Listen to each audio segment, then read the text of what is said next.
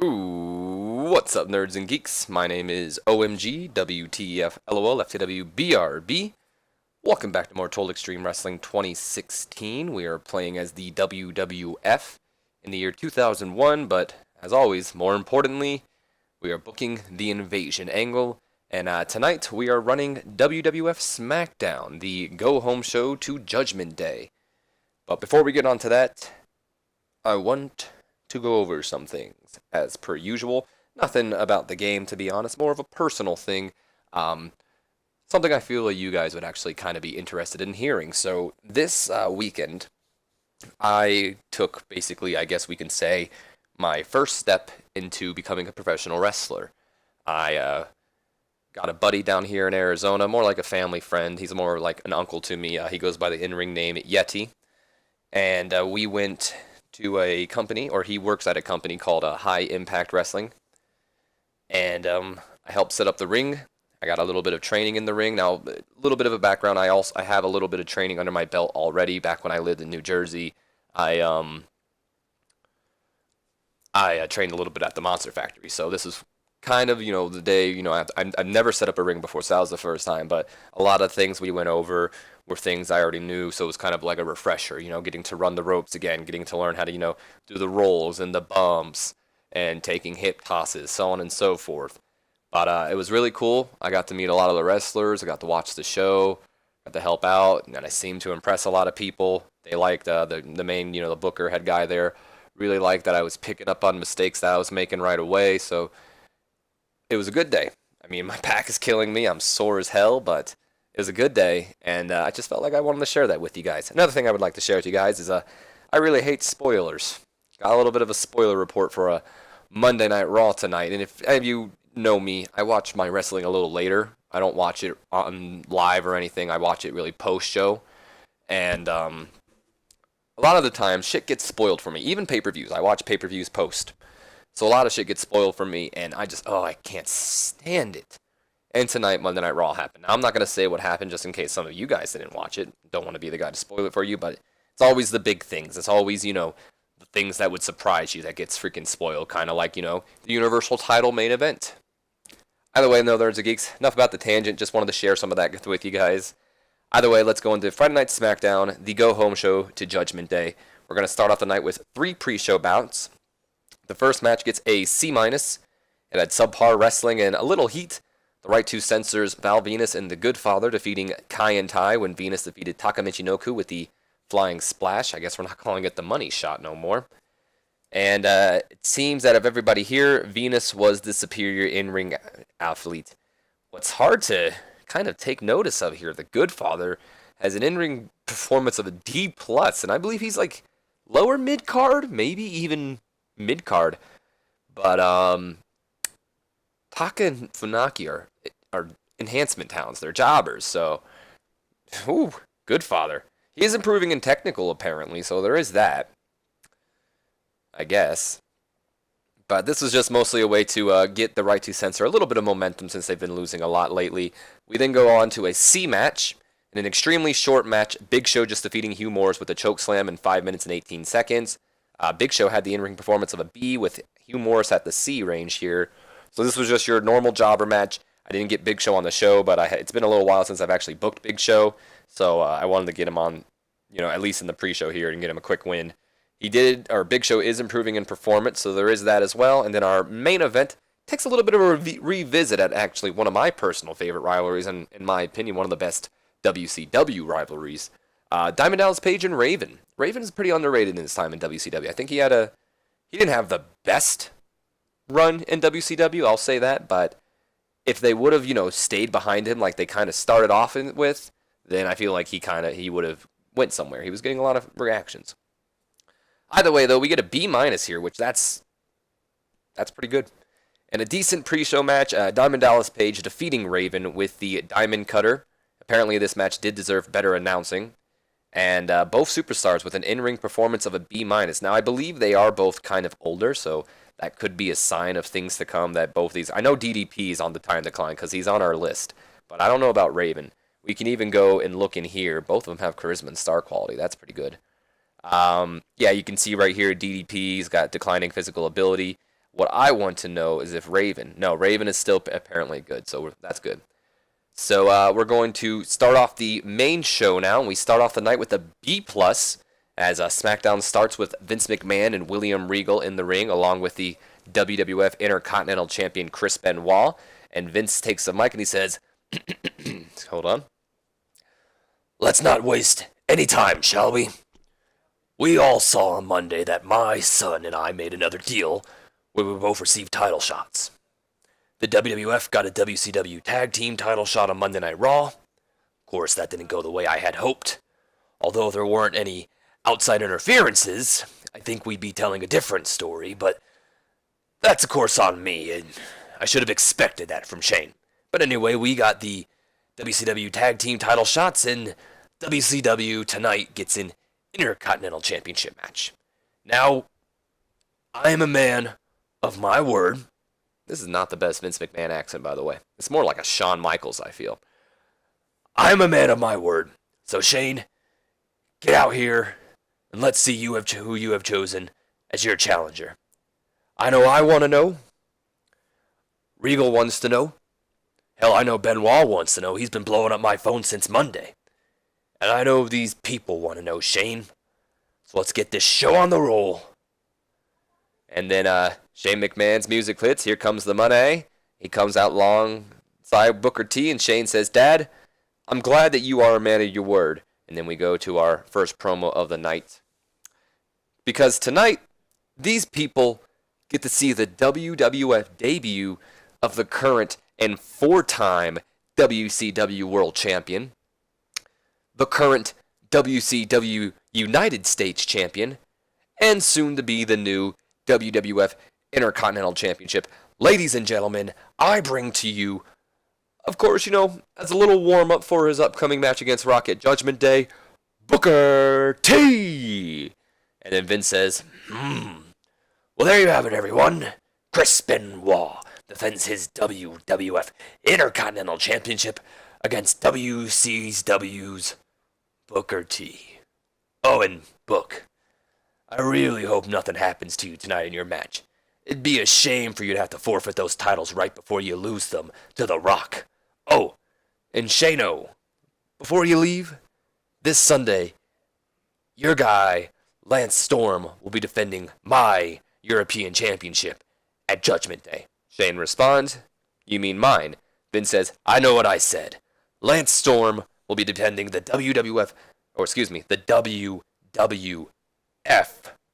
European title this Sunday against whoever wins our opening match, Battle Royal, to determine the number one contender. So that, of course, leads into our opening match, which, spoiler report, Battle Royal to determine the number one contender for the WWF European Championship. I got the crowd off to a strong start. This angle got the crowd hotter. Like, yes, all good stuff here. All good stuff. Why does Shane McMahon have low morale? Oh, because I suspended someone I read that he likes. I don't know. I'd have to check that, actually. So, moving on, we go to our opening bout, which is the Battle Royale, and it's a B-. A little surprised by that. A B-? Huh.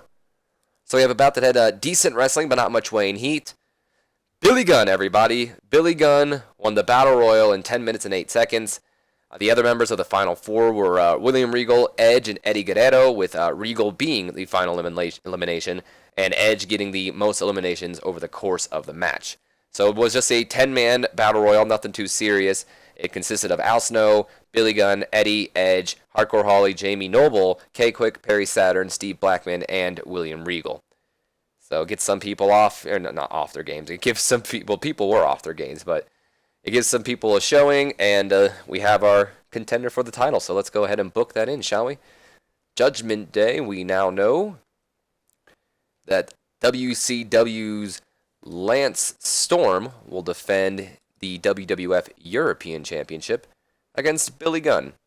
WWF European Championship. And something I've been doing lately, just to kind of add a little bit of, I don't know, I like it. Pretty much showing who's the WCW and who's the WF guy. Because I remember when you look at the old like VHS tapes, it would always like, especially Invasion. I have Invasion. It lists on the thing WCW, WF. So I always kind of like that myself. Also, we have these matches confirmed, even though we have a couple other matches confirmed. So I'm gonna go ahead and put in The Rock, which we should have done this already, versus Booker T at Judgment Day. So WCW Championship, The Rock. Oh, I gotta go back and do something. I'm sorry, guys. You probably don't like watching this much, but why not get it out of the way? I'm not gonna do it to everybody. Okay, I don't even have to do it to everybody. Let's just go add the champion C to Lance Storm if we can here. Can we edit this or no? I guess not. Whatever. I'm not gonna worry about it. So Hardcore was off his game. Perry Saturn was off his game. Regal is improving in technical and performance. Saturn's improving in technical, and K-Quick is improving in Rumble. So Billy Gunn, the number one contender. We go to our. Oh boy! Oh boy! Oh boy!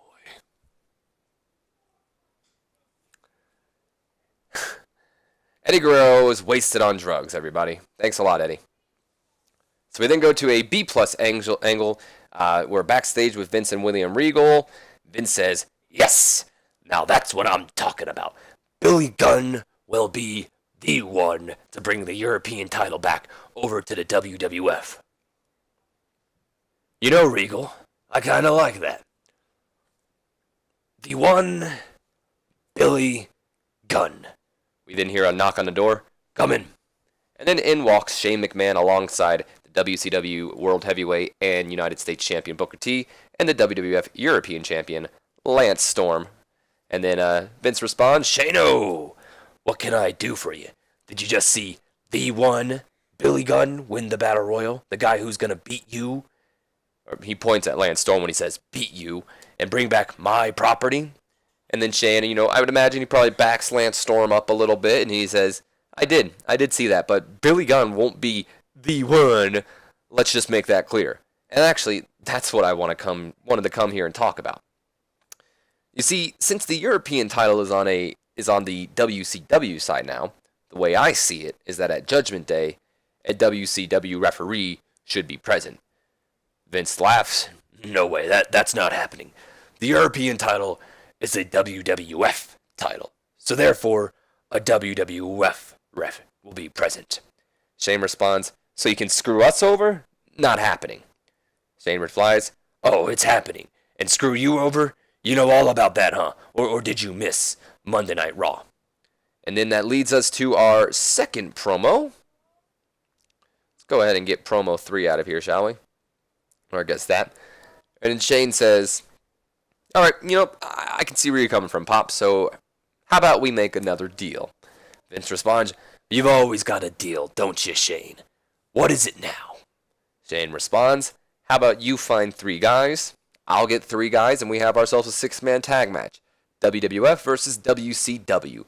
Winning company gets to have an official who represents their company in the European title match." That match it's happening tonight, basically. That's what I was saying. Vince replies, "A 6-man, huh? Shane, you're on."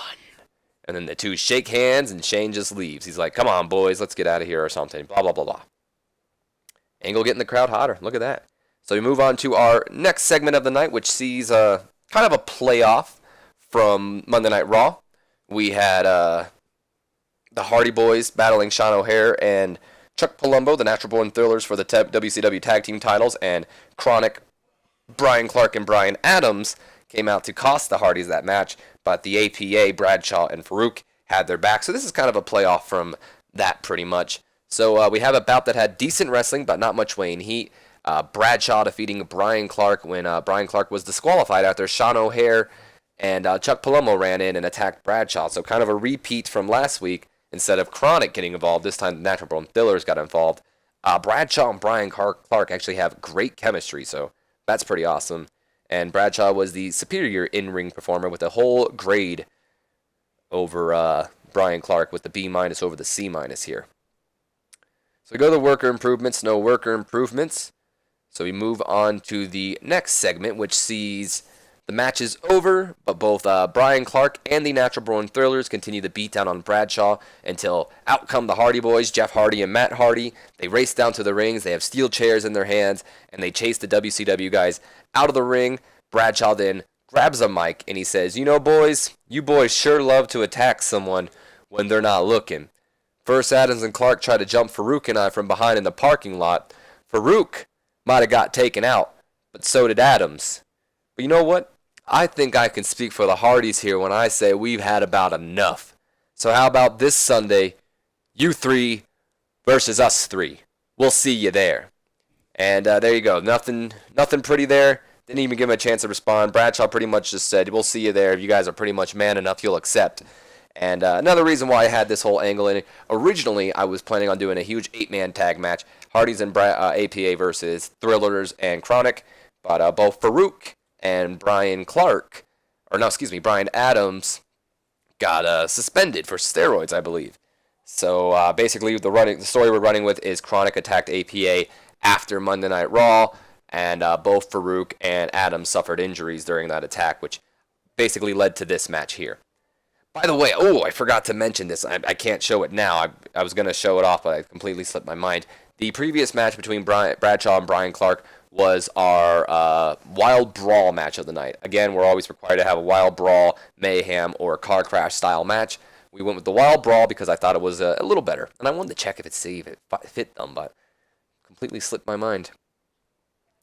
This sets up a match for Judgment Day, so let's go ahead and book that in, not Notepad. We go to the 3v3, and it'll be the Hardy Boys. The Hardy Boys, thank you.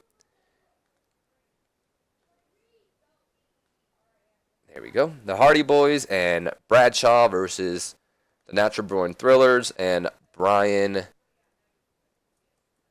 what the hell is... Oh, I keep thinking it's freaking Brian Adams or Brian Clark that was the one that got suspended. Auto name. I don't like that name. I hate when they don't put the tag team names in. The Hardy Boys and Bradshaw WWF versus the Natural Born... Son of a bitch. I'm misspelling everything right now. Thrillers and Brian... Clark. WCW. There we go. Save that bad boy. Close that. Moving on to the next segment. We go back to a D rating here. Jonathan Coachman is backstage with Jacqueline, and she's about to interview her about the women's title opportunity this Sunday. And Coach says, "Ladies and gentlemen, my guest at this time is the #1 contender to the WWF Women's Championship, Jacqueline. Now, Jacqueline, this Sunday, you get to take on the 9th wonder of the world, and who a lot of people claim is the most dominant female to ever step foot in a WWF ring, Chyna. Are you worried at all?" And Jacqueline replies, "Worried? Not at all. I'm more excited for this match, if anything." And Coach says, "Excited, but why?" Jacqueline responds, "Why? Because of all the years I've been here, Chyna and I have never had a one-on-one match. And if I can be honest, I'm sick of hearing how she's the most dominant woman in the WWF. Hell, even you said it. And as far as I'm concerned, she's no rat calling herself that until she beats me." Then in walks Chyna, and Chyna responds, "Oh, really? Well, I guess this Sunday, I've got something to prove." And then two of them getting each other's face, and Jackie just responds, "You damn right." Why didn't this affect the storyline, though? Interesting. Either way, just a promotion for the women's title match. We then go to our final match, or not really final match, but the final match in round 2 of the WWF Light Heavyweight Tourney. We get a C- from this match, and a bout that had subpar wrestling but non-existent crowd heat. Jerry Lynn defeating Spike Dudley in 5 minutes and 33 seconds with the cross armbreaker, Lord Almighty, submission. We had a little bit of interference from Val Venus and the Good Father, along with Stevie Richards getting the distraction. I should have made this a pinfall. Always my mistake. It always seems when I don't make it a pinfall, thinking, it's gonna be a pinfall, it ends in submission. Either way, the way I would like to see this finished is basically Stevie Richards comes out and Spike's a little distracted. which then in comes Val Venus and Goodfather, who I guess do their tag team finisher, whatever they do, if they do anything. They do a double team maneuver on Spike, which then allows Jerry Lynn to, I would imagine, pin him. But I guess Jerry Lynn, goes for the ultimate insult and makes him tap out instead. So both of them had an in-ring performance of a D+, and it might be a little surprising to see them get a C- here. But apparently Jerry Lynn and Spike Dudley have a pretty good chemistry, and that's what lifted this match as well. So, hey, good on you guys. No worker improvements, though. So that moves Jerry Lynn on to the tournament, and we can go ahead and book that match into Judgment Day as well. The WWF Light Heavyweight Championship is on the line as Jerry Lynn will battle Dean Malenko. So WWF Light Heavyweight Championship. And there's no WCW, WWF guy, so it doesn't matter here. So we move on to our next angle, which gets an A. Hell yes, an A. Vince and Regal are backstage. They're in Mr. McMahon's office when you hear someone knock on the door. And then Vince says, "Oh, this must be him. Come on in." In walks Kurt Angle, and Kurt says, "You wanted to see me, boss?" And Vince responds, "As a matter of fact, I did. You see, Kurt, tonight, your pay-per-view title match is in jeopardy." It is? "Oh, yes. You see, let's imagine for a moment that somehow, someway, Booker T wins the Intercontinental title tonight. Your match against Benoit might not happen, or worse, it could be a triple threat match." And then Kurt responds, "A triple threat? That can't happen, Mr. McMahon. If it's a triple threat, then how am I going to be able to prove that I'm better than Chris Benoit? It's got to be a singles match." Vince responds, "No, I agree, Kurt, which is why I think you know what you need to do tonight." And Kurt responds, "Oh, I think I know. You can count on me, Mr. McMahon." And then out walks Kurt, or actually no, not yet. Vince says, "I knew I could, Kurt." And then the two shake hands, Angle leaves, McMahon looks a little pleased, and then he looks over at Ringo. "I knew I liked him for a reason." And Vince was superb without working with the script. He had the crowd in the palm of his hand the entire time. So Kurt Angle always likes working without a script, and sometimes it pisses him off when I tell him he can't, because I'm more worried about, if Benoit is in an angle, I don't want Benoit going off script. So either way, Vince McMahon helped this out. I think that's what got us our A here. Moving on to the next segment, we go to another A. Screw you, Jonathan Coachman. No one needs you. Go to another A. Coach says, "Ladies and gentlemen, I'm outside the WWF Champion's locker room, and I'm hoping to get a word out of him after the events that took place on Raw." The door swings open. Out comes Austin, and Austin says, "Like I was telling you, Deborah, I think your mom's cooking upset my stomach." Coach, "Steve, would you mind doing a quick interview about what took place on Raw? Is the two-man power trip done?" Austin looks at him. "What? You want Stone Cold to give you the scoop, huh? All right, here's a quote. The two-man power trip is over. I don't give a damn about Triple H or his skanky wife, Stephanie. I don't give a damn about getting the tag team titles back. The only thing Stone Cold gives a damn about is this WWF Championship. So come this Sunday, Stone Cold's ready to open a can of whoop ass on The Undertaker, on his burnt brother Kane, and you can bet your damn ass Stone Cold's ready to open a can of whoop ass on Triple H as well. Now get the hell out of my way. I got business to take care of. Come on, Deborah."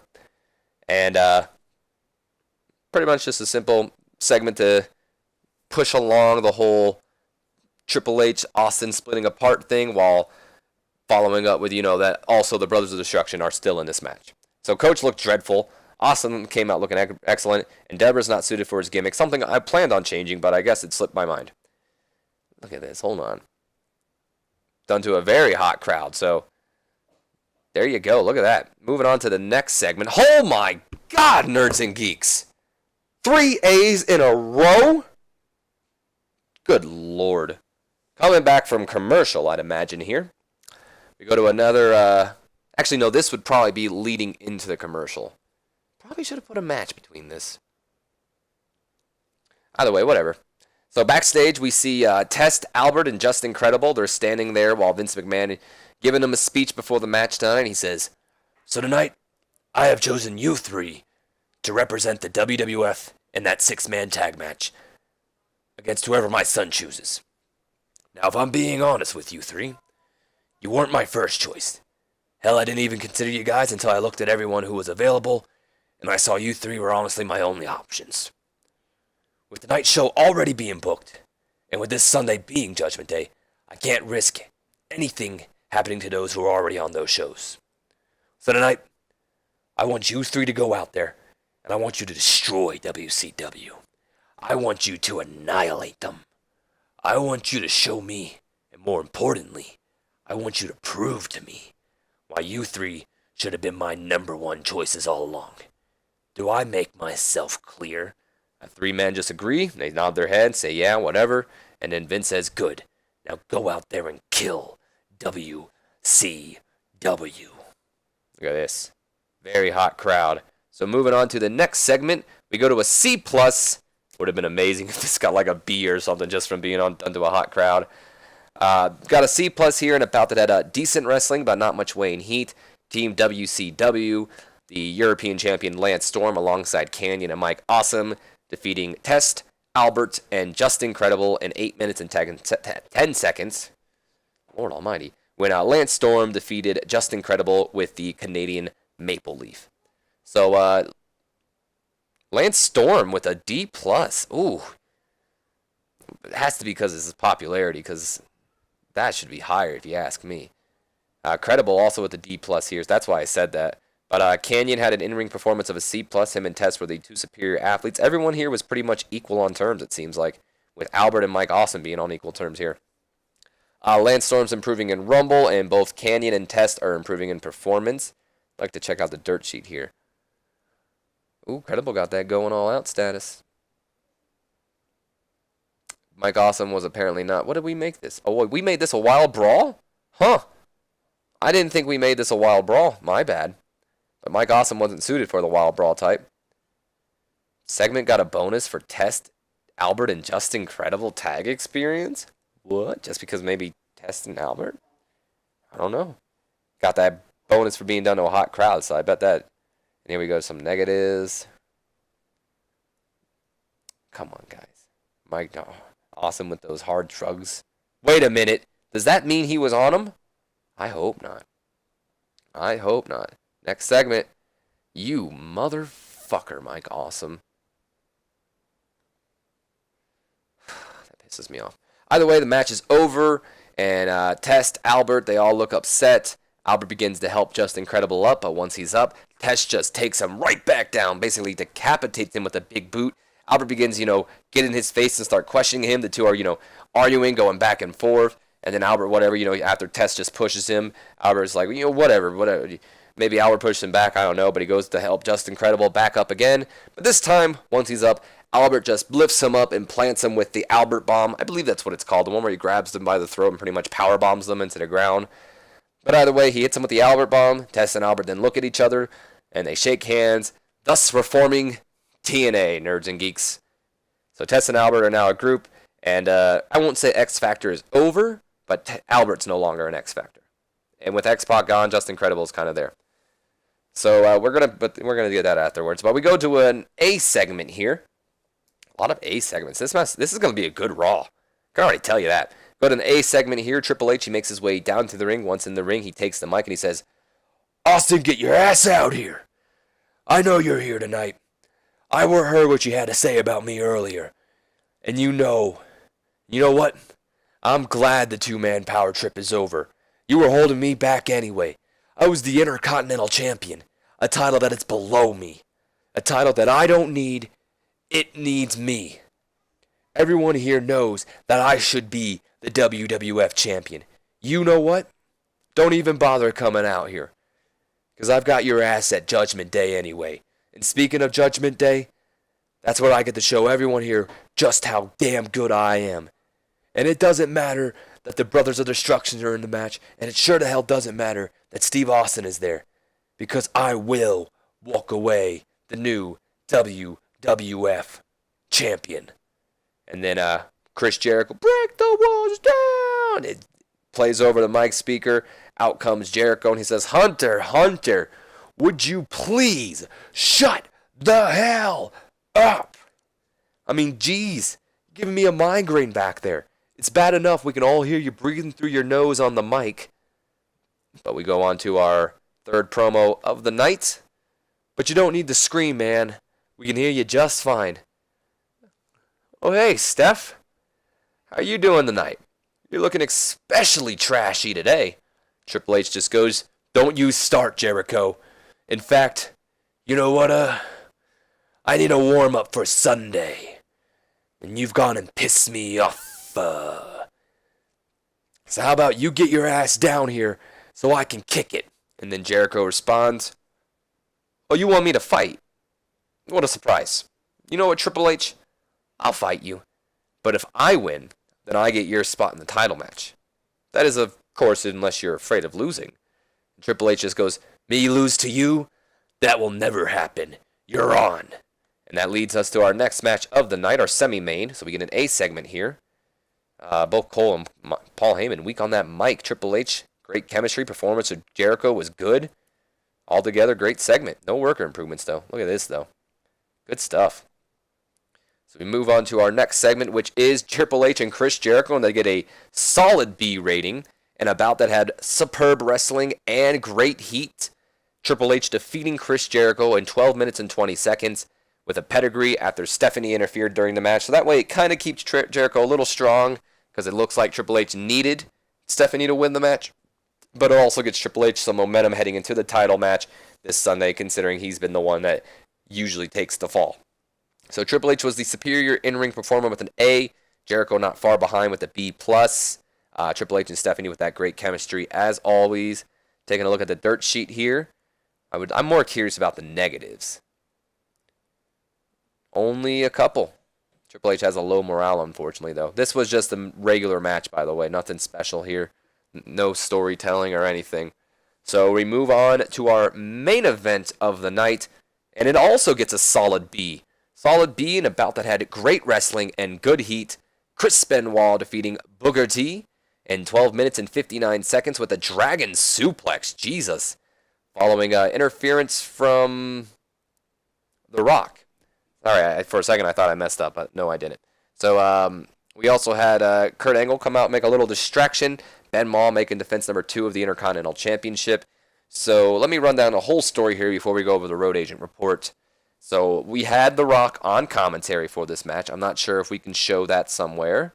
Yes, we can. Michael Cole, Paul Heyman, and The Rock was on commentary to pretty much give his opinion on Booker T throughout the match. So Booker was already kind of distracted there. The way I'd like to see the finish, and I reminded myself to make sure this one a pinfall. If I thought that said Ken Anderson, I was like, what? What is he doing here? Isn't it here? Or is it in Road Agent notes? Yeah, the match ended with pinfall. So, and I made this the storytelling match of the night. I didn't know that. I must have.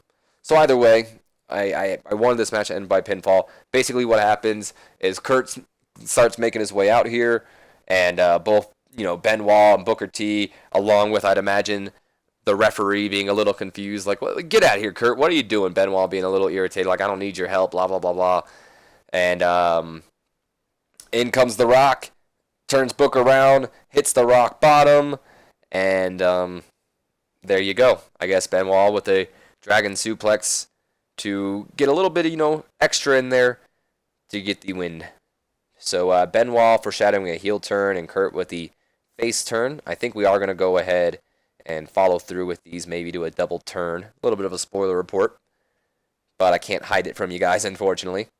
And Booker T and Benoit are on par in ring performances, apparently, both with a B+. So we go to worker improvements. There are none, but more curiously, since this is like one of Booker's first match, we also had him be protected since it's supposed to be, one of, his big, debut match. So we did protect him. He has charisma and star quality. Benoit with a good gimmick, high morale, title prestige. Everything looks pretty good here. Angle and Benoit's storyline got a good high heat segment there. Booker was apparently holding back, and so was Benoit, probably because it's Smackdown. We had some booking. All in all, it was a pretty good match, I think. And this is just, I believe, handling the changes there, so I don't want to do those just yet. So let's end this show.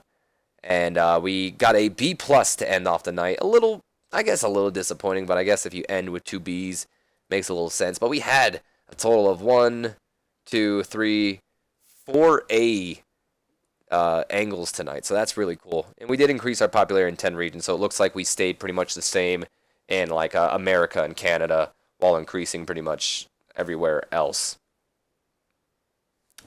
We do have some unread decisions here, though. Out of curiosity, so we has been awesome, got fantastic reviews. CMM, hell, still getting broadcasting deals all over the freaking place, dude. Heat, all the way in the 18th.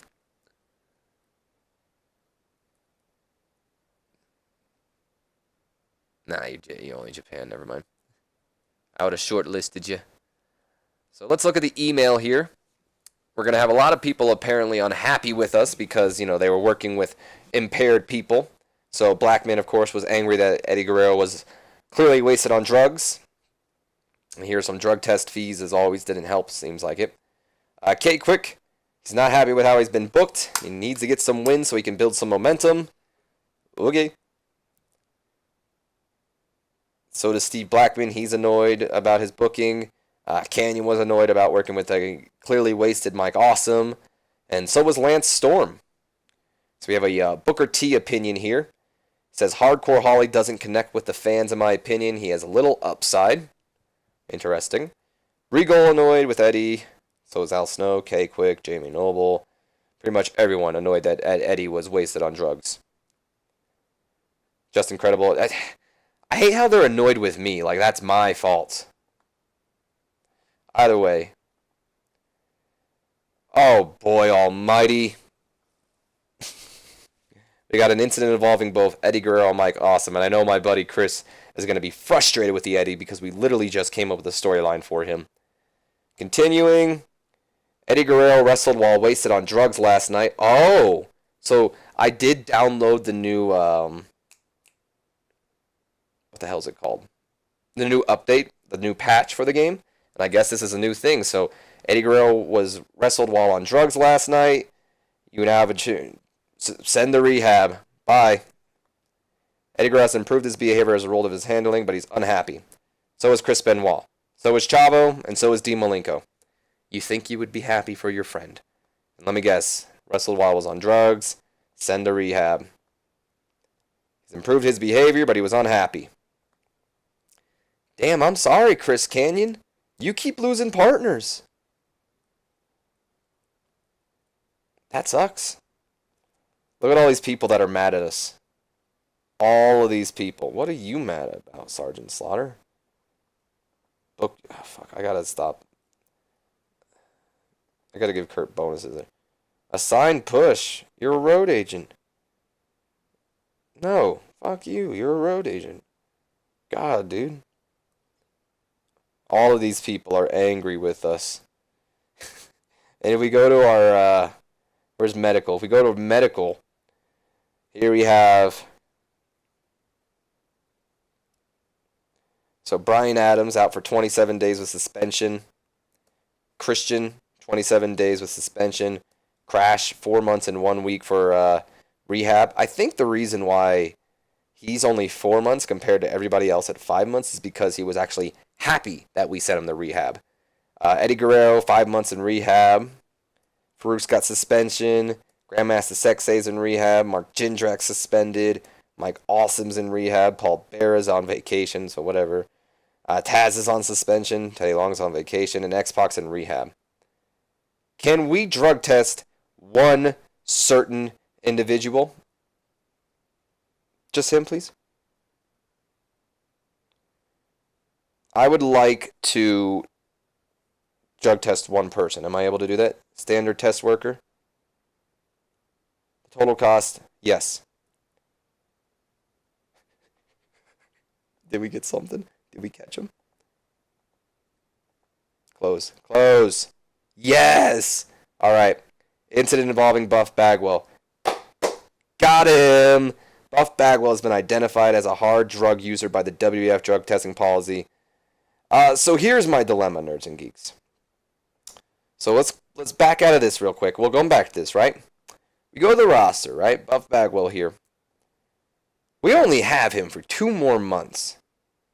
If I send him to rehab, then that means that he's going to still be at rehab for 5 months. Or I could just fire him. I think I'm just going to fire him. It's a hard drug user by the drug testing's done in-house. Yeah, let's fire him. It's improved his behavior, apparently, but whatever. So we have fired Buff Bagwell. No longer here. Got rid of that nuisance. And I'm glad. So that's going to be the end of this pretty epic episode.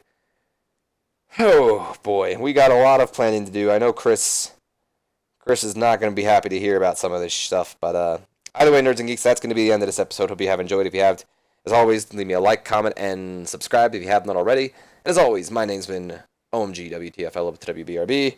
I'll see you guys for Judgment Day, but until then, have a wonderful day.